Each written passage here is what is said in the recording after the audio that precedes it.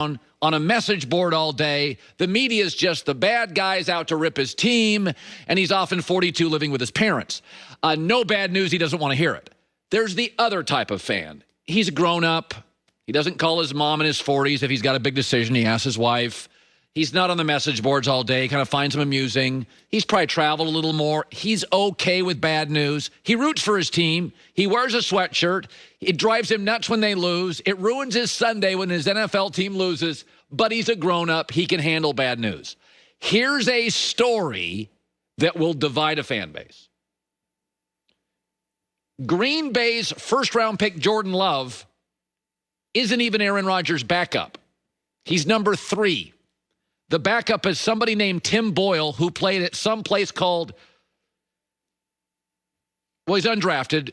He played at, did he play at St. Francis or UConn? He's undrafted. Oh, no, Eastern Kentucky. I'm sorry, I'm not familiar with him. He beat out Jordan Love, the first-round draft pick. Fan 1, Packer guy, cheesehead, never left his hometown, on message board, the media is out to get us, is going, it's just a developmental pick. This is no big deal. I understand it. But fan 2, a little more sophisticated, can actually handle some occasional bad news, is saying, was Aaron Rodgers ever number 3? Didn't we get crushed twice last year by San Francisco? Shouldn't we have people capable of playing this year? This seems kind of bad if you can't beat out Tim Boyle, right? Whose last big win, I'm told, was in 2017 over something called St. Francis. Isn't it kind of something? The story today, according to the GM of the Packers, our first-round pick, who we moved up to get, he said, obviously, Tim's quite a bit further ahead than Jordan Love. He's been here much longer. Folks, it didn't take long for Peter Schrager at this network to come on my show and said, this kid named Patrick Mahomes, this is his rookie year when he didn't play. He's going to be the next star. It didn't take long, 2 practices, for people in Baltimore to say, Lamar's not ready yet, but you're not going to believe what this. Pete Carroll did not want to start Russell Wilson his rookie year. He just gave Matt Flynn $10 million a year. Second week of practice, he was a team captain. So what kind of fan are you? Are you the fan that thinks we're the enemy and we're just out to get clickbait? None of us really get paid that way. Or are you a fan that's actually realistic and thinks, didn't we get boat raced twice by San Francisco? Weren't we down by a combined 50-0 at half to San Francisco? Couldn't we draft people in the first round that actually potentially play if Aaron Rodgers gets hurt? I don't know. All I know is Joe Burrow's going to start game 1. Cam Newton's been in New England 45 minutes. He picked up the offense. He's going to start. A third of the NFL either has a quarterback with a new system or a system with a new quarterback. And I'm not counting new coordinators, and they're all playing. I'm sorry, but I was always fan 2, even as a kid. I didn't mind bad news. I was okay with it. I didn't love it, but I was okay with it. I got to be honest with you. First 2 draft picks for Green Bay, both this morning are third string. There's 2 groups of fans. If you think Jordan Love not being able to beat out Tim Boyle is cool, come on now.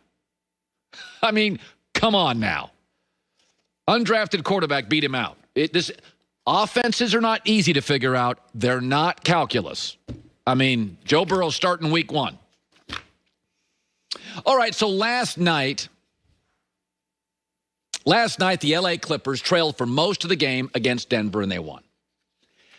And this is why, when it comes to the NBA playoffs, there's very few upsets. Had last night been a regular season game, Denver would have beaten the Clippers because they outplayed them. The young kids with a bright future led for almost the entire game. In the regular season, the young team outplays the veteran team. In the regular season, the young team plays with more urgency, and the Clippers are in too big a hole, and they got a game tomorrow night, and they had a game 2 nights ago, and one guy didn't play because, his left ankle's kind of sore. But last night was the playoffs. So trailing 97-90 in a playoff game, Doc Rivers goes, timeout. He gets all the veteran, the men, not the kids, the men, and he goes, fellas, Let's play some defense.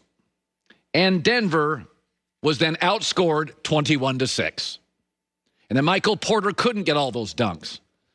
And Jamal Murray wasn't as good, and Jokic couldn't find open cutters. In the regular season, Denver wins this game. In the playoffs, and this is what I've said about the Clippers, why they're going to win, the Clippers win the game.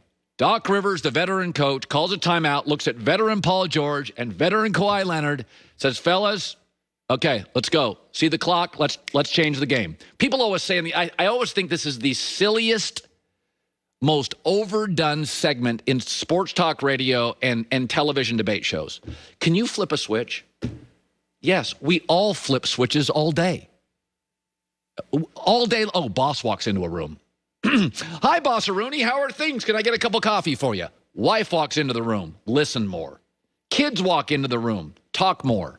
Our whole lives are a series of conversations, flipping switches, changing our personalities based on, are we talking to a boss? Are we listening to our wives? Are we dealing with our kids? Are we dealing with employees? Are we the employee? Of course you can flip a switch.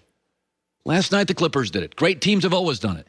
When Tim Duncan and the Spurs and Popovich were in their prime and really an incredible dynasty, they never dominated in the regular season. They took nights off. They didn't care about the number one seed. And all of a sudden, switch, flipped, they won. Basketball maybe is unique. Maybe you can't do it in hockey. Maybe you can't do it in baseball. Maybe you can't do it in football. But in basketball, we all know who the best players are. We know who the best team is. We know who the deepest roster is. And Denver is a terrific young franchise. Joy and I have said this. Dallas is going to get way more press because of Mark Cuban and Luka. I'm not sure anybody's got more good young players than Denver. They're really good. Miami and Denver, watch out. Really good for the next 5 years or more. But last night, Denver wins if it's a regular season game. It's a playoff game. Timeout, 97-90. Fellas, time to put in the handcuff defense. No easy baskets. Get more physical. Doc Rivers talked about it late in the game. Just all our defense down the stretch. You know, the game came down to one of the two teams who's going to play some defense. And for 3.5 quarters, you know, both teams were basically scoring. And then the last 6 minutes, it was our defense. We had our lapses. There's no doubt about that, Andrew. But overall, when we locked in, we were really good. Yeah. I've said there's 8 teams in the playoffs. 7 are good to pretty good. 1 is occasionally capable of being great. It's the Clippers, and they were for 6.5 minutes last night. Regular season, they lose it. Playoff game, they win it. And that's why they'll end up in the Western Conference Finals, and it's why they'll beat the Lakers, and it's why they'll win the